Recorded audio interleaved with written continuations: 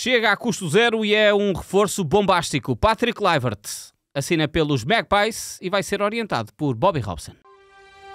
A transferência de João Moutinho para o Futebol Clube do Porto. O antigo capitão do Sporting vai ficar 4 anos no Dragão. Conta de que o Sporting vai contratar o treinador bicampeão nacional. Jesus troca o Benfica pelo velho rival. Que Luis Figo, una azulgrana de pro, fichara por el eterno rival, el Real Madrid. Olá a todos, sejam bem-vindos ao 20º episódio do Negócio Mistério. Estamos a 5 do fim desta segunda temporada. Escusam de estar aí com sons de lamúria. Tu também já estás a ficar nostálgico. Já, mas a pausa vai ser curta, portanto nós vamos regressar passado pouco tempo, com toda a certeza, porque toda a gente quer nos continuar a ouvir. E para este episódio vamos marcar muitos golos, Vasco. Vamos marcar muitos golos porque vamos falar de um goleador. Vamos fugir um bocadinho aqui à temática dos últimos programas. Tem sido mais jogadores que não são tão brilhantes a jogar em grandes clubes. Mas entra na dinâmica dos jogadores negócios surpreendentes, porque na altura que Patrick Kluivert assina pelo Newcastle, eu diria que foi um golpe de asa da equipa de Bobby Robson. Até porque o Kluivert nessa altura tinha 29 anos. É isso. Ou seja... E pese embora toda a força do Newcastle, naquela altura não era o Newcastle. Era um bom Newcastle. Não era um Newcastle candidato ao título, não era um Newcastle da década de 90. Termina em 14º, essa época. Mas nas épocas anteriores o Newcastle até andava bem, disputava... Sim, 2-3 anos antes tinha estado na fase de grupos da Champions. É isso. Nas coisas europeias, principalmente então Taça UEFA, o Newcastle costumava chegar longe, tinha chegado às meias finais na época anterior. Nessa, em que está o Kluivert, chega aos quartos de final, em que é eliminado pelo Sporting. Ou seja, era ali uma boa equipa, não era um candidato ao título, longe disso, mas era uma equipa candidata aos lugares europeus. Não aconteceu. Não aconteceu, apesar de ter um plantel de grande qualidade, tinha um ataque já lá vamos. Muito bom. Mas daí aqui para justificar o nome e a presença do Patrick Kluivert aqui no Newcastle, porque é mais pela surpresa como este negócio aconteceu. E daqui a pouco eu vou trazer um bocadinho da história sobre este negócio, porque há uma espécie de, eu diria, teoria da conspiração sobre como é que isto aconteceu. É verdade. Mas já te conto. Primeiro quero saber quais foram os números dele no Newcastle, porque nem foram nada maus. Não, ele só está há um ano no Newcastle, faz 39 jogos e marca 13 golos. Nessa temporada só, obviamente, o Shearer é que marcou mais pelo Newcastle. E o incrível é que o Kluivert nem sequer foi titular indiscutível ao longo dessa temporada. Ou seja, passou mais tempo até no banco entrar durante o jogo do que propriamente titular. O que mostra que estes golos são ainda mais significativos. Valiosos.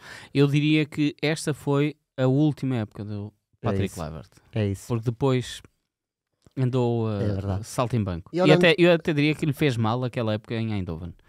Sabes, um jogador tão lendário, apesar de poucos anos na equipa principal do Ajax, porque ele desperta com aquela final da Champions ao Milan inacreditável. O Ajax é campeão da Europa. Estamos a falar em 5-6, não é? Ou 4-5. 94-95. 94 é logo no primeiro ano. E depois ele entra e marca o gol da vitória. E ele só tinha 18 anos, sim. Um jogador desta expressão, depois ainda ir ao Eindhoven, não faz sentido. É verdade. Olhando para a carreira do Kluivert, fica sempre a sensação que, e obviamente tem uma grande carreira, ele jogou no Ajax, brilhou no Ajax, foi campeão da Europa, faz parte de uma das melhores equipas sempre do Ajax. Jogou no Milan, não teve grande impacto, mas jogou no Milan e marcou mais de 100 golos pelo Barcelona. Teve muitas épocas no Barcelona. Sim. É um avançado com muitas épocas de Barcelona. Também teve impacto na seleção. Tem um recorde ainda no europeu, não tem? Os 5 golos. Os 4 golos. 4 golos que marca nos quartos de final. Contra a Jugoslávia, fica 6-1. E ele é o melhor marcador desse europeu, igualdade com Milosevic. E é o 4º melhor marcador da seleção, aliás. O início do fim começa precisamente ali na seleção em 2004. E ele ainda é convocado no Euro 2004. Ele perde a titularidade no Barcelona, curiosamente já com um holandês a treinador, que tinha sido colega dele, Já era o Rijkaard. Já era o Rijkaard, sim, já era o Rijkaard. Curiosamente, o Rijkaard fazia parte da equipa do Ajax, que foi campeão da Europa em 94-95. Nem tenho a certeza se tenha sido o Rijkaard a fazer a assistência para o Kluivert na final da Liga dos Campeões. Porque é que eu acho que vai ser? Eu vou abrir, não, vou porque ver. Às vezes eu não sei se estou confundido. Eu sei que o Rijkaard faz a assistência pelo Milan em 90 contra o Benfica. Agora em 95 eu não tenho a certeza se é ele. Mas eu tenho a ideia de ser ele. E está. Exatamente, é isso. Porque é que eu sabia que isto ia acontecer? Ou seja, é curioso aqui no futebol é que o Rijkaard faz o passe para o grande momento da carreira do Kluivert, mas depois começa a ser ele o responsável pelo início da decadência do Kluivert. Esta equipa do Ajax é fabulosa. 9 jogadores holandeses. Sim, e quase todos eles da formação do clube. Sim. Há muitos aqui da origem do Suriname, como é o Reisiger, o Rijkaard, o Davids, o Seedorf. E muitos deles, tirando o Danny Blind e o Rijkaard, que também já estava na última época da carreira, eram todos ainda bastante jovens. Sim. O Kluivert era o mais jovem de todos, mas todos eles eram muito, muito novos. Essa equipa era incrível. Mas voltando ali ao contexto do Kluivert e para o Newcastle, ele começa em 3-4 já com o Rijkaard, o Quaresma está lá, o Ronaldinho também está lá, e começa a perder a titularidade. Ele até começa essa época no 11, mas acaba por perder a titularidade. No final da época é quase sempre suplente. É a pior época dele no Barcelona, só marca menos jogos e menos golos. Mesmo assim ele é convocado pelo Dick Advocaat para o Euro 2004 aqui em Portugal. Mas não faz nada. Ele nem um minuto ele joga. E eu lembro perfeitamente de falar nesta questão do como é que uma seleção que tem este avançado não o coloca um minuto sequer. Pronto, era uma Holanda que também tinha o Van Nistelrooy, que era o grande goleador da Holanda. Tinha o Roy Mackay, que também vivia grandes momentos, estava na altura no Bayern. Mas de qualquer forma, e principalmente pensando que ele era o número 9. Pensando que a Holanda foi eliminada contra Portugal, que está a perder durante praticamente todo o jogo, e nem assim há um minutinho para o Kluivert, é estranho. Mas se calhar já o próprio selecionador holandês estava a perceber que não era já o mesmo Kluivert. Eu não sei se ele teve ali alguns problemas. Repara, o desespero foi meter o Van Hooijdonk aos 81 minutos. E o Van Hooijdonk que era mais velho. É isso, era mais velho que o Kluivert. O Van Hooijdonk já quando joga no Benfica já anda nos 30 perto disso, não é? Sim. Por isso já foi mais velho. Ele já estava mesmo no final da carreira. Eu já nem tinha certeza que o Van Hooijdonk tinha jogado esse europeu. E entra aos 81 minutos precisamente para o chuveirinho de tentar conseguir fazer o gol do empate. E eu não sei. Eu lembro que o Kluivert no início da carreira teve ali alguns problemas com lesões no Ajax, mas o resto da carreira dele nunca sofreu assim muitas lesões, que ele faz sempre muitos jogos todas as épocas. Não sei se houve ali uma desmotivação, o que é que aconteceu para um talento destes, com 29, 30 anos, começar a desligar-se. Essa é mesmo a palavra certa, é o desligar-se. E note-se que o Kluivert não joga o europeu, vai ao europeu, mas não joga, mas ainda faz jogos amigáveis antes. Foi a despedida dele da seleção, foi precisamente nos jogos antes do Euro 2004, e ele sai nessa altura como o melhor marcador de sempre da seleção. Da seleção. Ou seja, não estamos a falar aqui, ele entretanto já foi ultrapassado pelo Depay, o Van Persie e o Huntelaar. Vamos falar do Huntelaar para o Gonçalo ficar todo orgulhoso. O grande Huntelaar. Parece que tudo vai parar ao Huntelaar. Sim, mas é uma coisa inacreditável. Por muita qualidade que esses jogadores têm, possivelmente por ser mais do meu imaginário infantil-juvenil, como é que é possível estarem todos superiores nesse nível ao papel de Patrick Kluivert? É verdade. Agora, o Kluivert, eu tenho a ideia dele de ser também o homem dos golos decisivos. Já falamos do golo da final da Champions. E eu lembro-me de um play-off do Euro 96 que foi disputado apenas a uma mão em Anfield entre a Holanda e a Irlanda, e acho que o Kluivert marca os 2 golos com que a Holanda se qualifica. Lembro que no Euro 96 a Holanda estava a perder 4-0 com a Inglaterra na fase de grupos, e era eliminada assim. Estava um golo e o Kluivert marca esse golo. E aqui está, olha. Se ficasse 4-0, a Holanda era eliminada e passava à Escócia. E ficou 4-1. E o Kluivert entra e marca o golo. É porque é que eu acho que isto aqui foi combinado. Eu não sei, se calhar... pois, a Inglaterra contra a Escócia. Se fosse outro adversário, se calhar a Inglaterra até que preferia que a Holanda caísse. mas tendo em conta que era contra a Escócia. Estou a brincar. Mas eu lembro perfeitamente que... Mas depois eu lembro que são eliminados depois nos penaltis com a França. Exatamente. Esses quartos de final, há uma série de jogos a serem os penaltis. Há dois, se não me engano, dois. E depois fica o Portugal, República Checa, que só ficou 0, e depois é o Alemanha-Croácia. Foram quartos de final. Lá toda a fase eliminar desse torneio foi assim muito mais defensivo.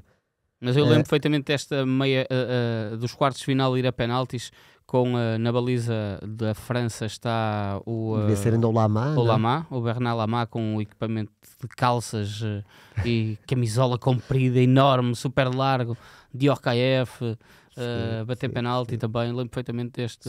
Já somos bem dinossauros, não é? Lembro perfeitamente destas grandes penalidades. E depois o Kluivert também, mesmo no Mundial 98, ele vai depois de uma época que não corre nada bem no Milan, nem começa, nesse Mundial... Ele é expulso, talvez, no primeiro jogo contra a Bélgica, que fica 0-0. Este homem é inacreditável. Ele é expulso, perde, obviamente, a titularidade. É inacreditável. Ele é vermelho direto. Sabes tudo. Foi uma entrada de carrinho sobre... Não, isso já não me lembro, mas lembro que foi vermelho direto. E ele vinha de uma má época, ou seja, parecia... E chega ao primeiro jogo do Campeonato do Mundo. E é expulso. E toda a gente pensou, pronto, é o fim do Mundial para ele. Ele consegue renascer. E marca depois a Argentina nos quartos de final, abre o marcador, e depois marca já nos últimos minutos contra o Brasil. Esse jogo da Argentina só me lembro do Dennis Bergkamp, Dennis Bergkamp, mais nada.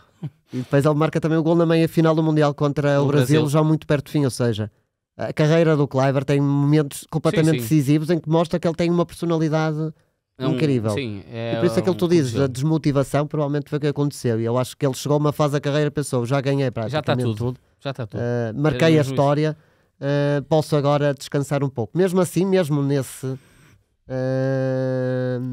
nível, marca 13 golos pelo Newcastle. Eu estava a dizer-te que ele chega ao Newcastle para, no fundo, ocupar a vaga do Gary Speed. Tu estás a falar de uma teoria da conspiração, não é? Tu falaste de uma teoria da conspiração. Ele chegou ao Newcastle para ocupar a vaga do Gary Speed.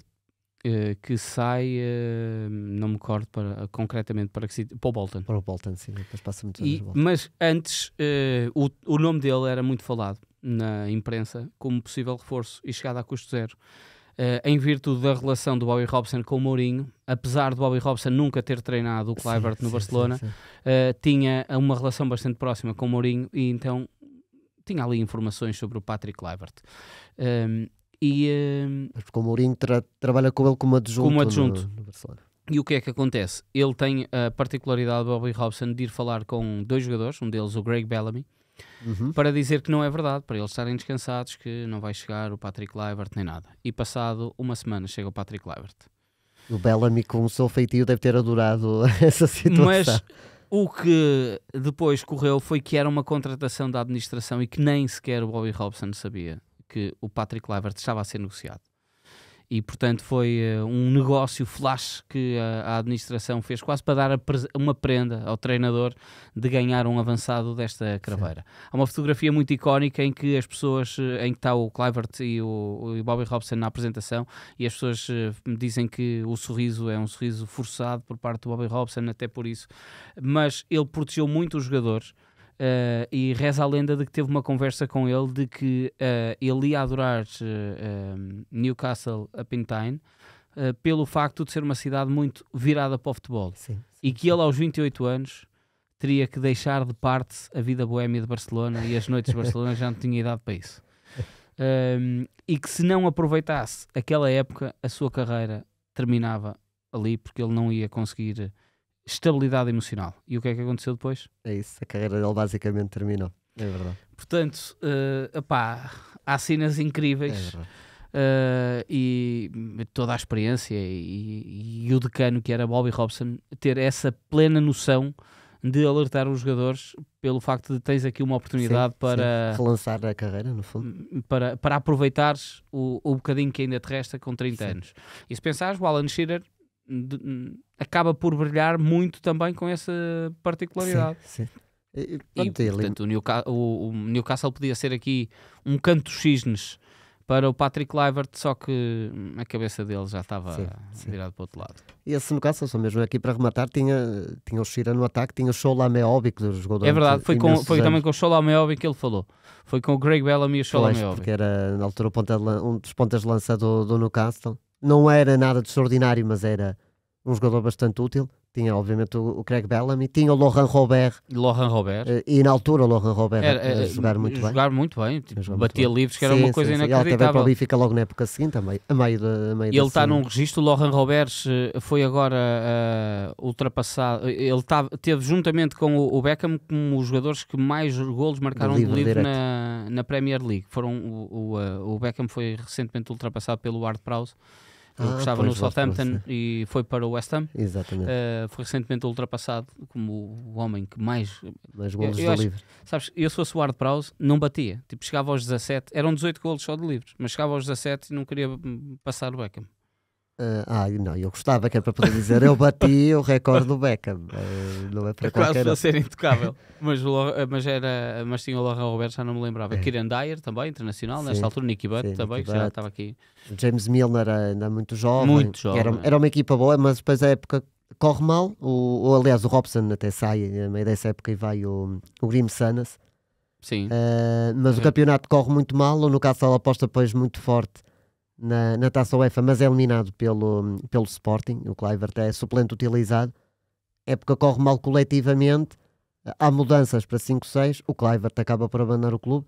Regressa à Espanha para jogar no Valência, mas também não fica na história. Como tu dizes, depois vai para o PSV Eindhoven. Ainda é campeão no PSV. Acho que é o Ronald Koeman, até o treinador, se não me engano, dessa temporada. Vamos cá ver e vamos ter a certeza. Ronald Koeman, exatamente. E eles ainda chegam também Luke Nealis. Chega aí aos quartos de final da Champions nessa temporada, mas o Kluivert não tem impacto também nenhum, pouco, vá. Sim. E depois acaba a carreira em França, no Lille. É assim um bocado estranho, não é? Tipo, sim, um jogador tão mítico e pronto, vou ali acabar. Pronto, o Lille é um bom clube, mas não tem nada a ver com o Kluivert. É um bom clube, mas acaba de ser uma cidade pequena, sem praia. Sim. Quando ele depois esteve em Valência e Barcelona, é isso. Amsterdão, pá. Mas se calhar tem uma boa noite, Lille. Pois, se calhar temos que investigar. Se calhar deve ser isso. Olha, este negócio de mistério foi um bocadinho mais longo, mas a carreira de Patrick Kluivert, a Pantera, assim obriga. Ele que, entretanto, tem que ir no 0-0, tem ficha de treinador, tem ficha de dirigente, é um bocadinho responsável. E ainda tem um filho também que ia jogar no Bournemouth. O Justin Kluivert, também na Premier League.